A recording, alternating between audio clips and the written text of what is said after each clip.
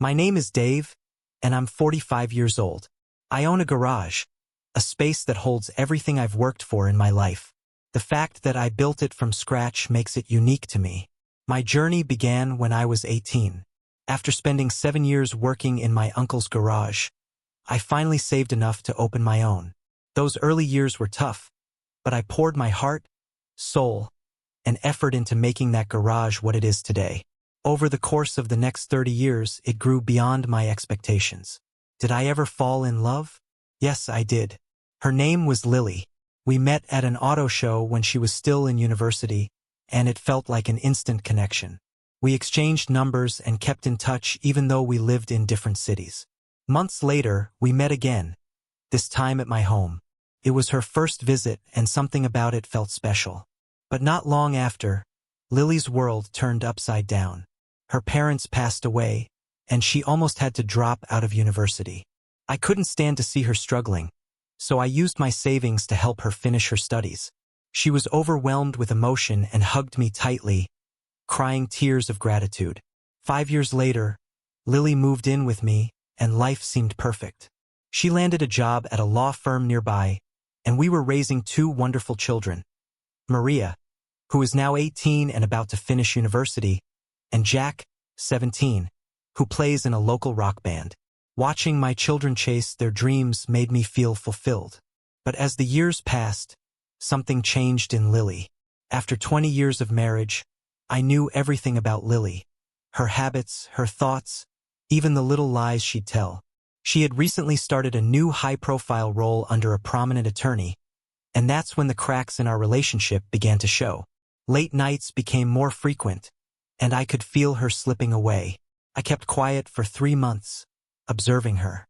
Finally, one day I confronted her. "Why have you been coming home so late?" I asked, calm but firm. I'd always been patient, but something inside me snapped. She'd never seen this side of me before. After about 20 minutes of questioning, she broke down and confessed. She was having an affair with her boss. My mind raced, and I asked one simple question. "Why?" She looked me in the eyes and said, "You're the same man I married 20 years ago. You haven't changed. You're stuck in your garage wearing the same old clothes. You're not the man I need. I want someone who reflects my success, someone who takes charge, someone who is an alpha male. You've been loyal, but you're not enough." Her words cut deep, but I wasn't going to let her define me. I replied, "So you're leaving me after 25 years because I don't fit your ideal image? Because I'm not presentable at your fancy parties? Because I'm not domineering or abusive? Have I not been a good husband? I supported your education, raised 2 children, and made sure they went to college, and yet it's not enough for you." She stood her ground. "You need to understand. I'm moving on with my new partner. If you don't comply, I'll make sure you lose everything. Your garage, your house, everything you've worked for." I leaned back in my chair and smiled. "You think you can take everything from me with legal tricks?" She smirked. "Yes, best of luck." The next morning, she called her lover. "Hello, John. We have a problem. Dave knows about us." John's response was calm. "It's not the end of the world. We planned for this." Lily sighed. "I know, but it hurts.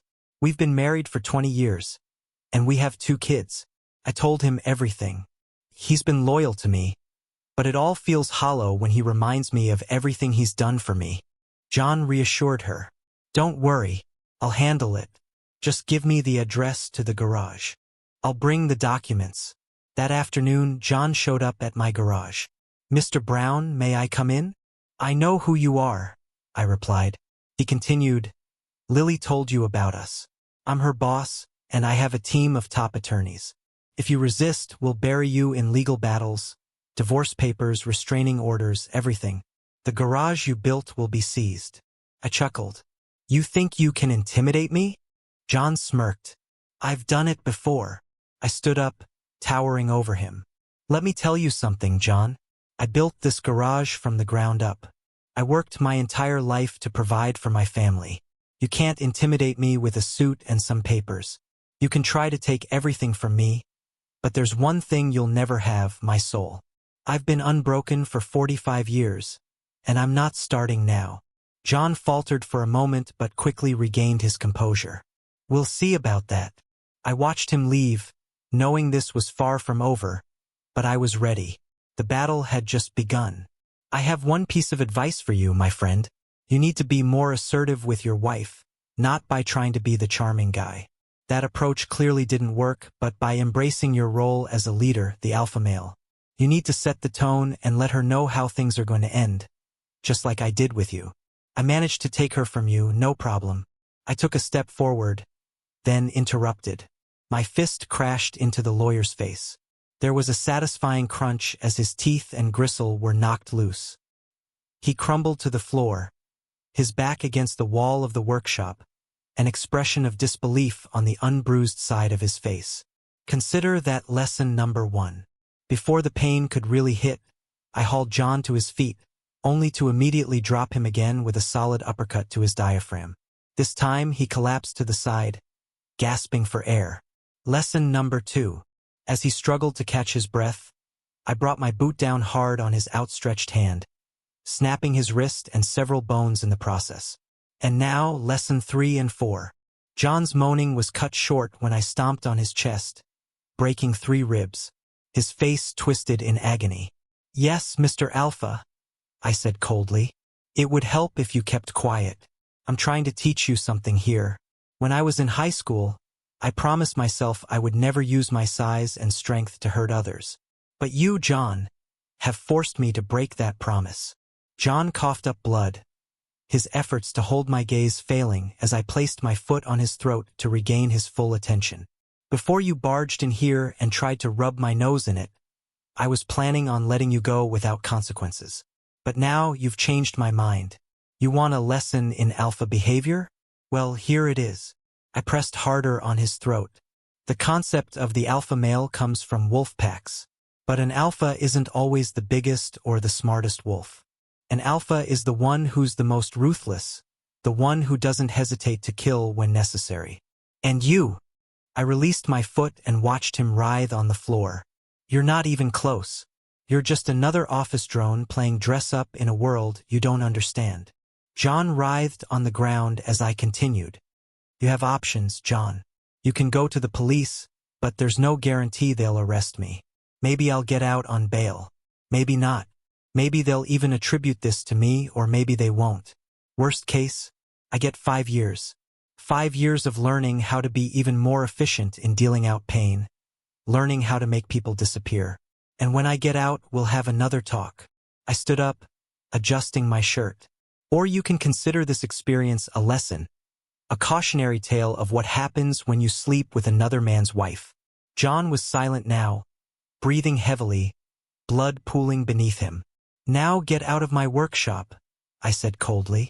Later that evening, Lily called John. John, I'm waiting at the office. I thought you'd be back by now. What's going on? John's voice sounded weak. I just got moved to another ward. I'm at the hospital. Lily was stunned. What happened? Was it a car accident? John hesitated.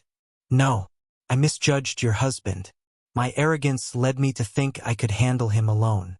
He broke my nose, my left hand, a few ribs, maybe even my cheekbone. That's impossible, Lily said, disbelieving. Dave's never been violent. John coughed painfully. Believe me, if you want, I'll show you the x-rays. I have to go. The pain meds are kicking in. The next night, Lily found herself stranded on a deserted stretch of road. Her credit cards had been declined, her cash was gone, and her car had run out of fuel. Desperate, she scrolled through her contacts, but no one picked up. Not her children, no one. As dawn broke, a van pulled up beside her. She froze as I stepped out. Get in, I said, not waiting for a response. She climbed in, trembling. I drove in silence for a while before finally speaking. Here's how this is going to go. You're going to file for divorce, no alimony, no shared assets. Everything I've earned stays with me. Lily nodded, her lips trembling. You keep what's yours. I don't care what reason you give for the divorce, but once it's done, you're leaving the city. My kids can see you if they want, but not in my presence. She stared at me, white-faced. And if your things aren't packed and gone by tomorrow at 11 a.m., I added, they'll be burned. 5 days later, the paperwork was on my desk. A few months after that, I was a free man. Do I regret it? Maybe. I regret that my marriage fell apart. Maybe I regret that Lily couldn't understand loyalty. But what I don't regret is showing John exactly what an alpha male looks like. Now, I'll live my life alone.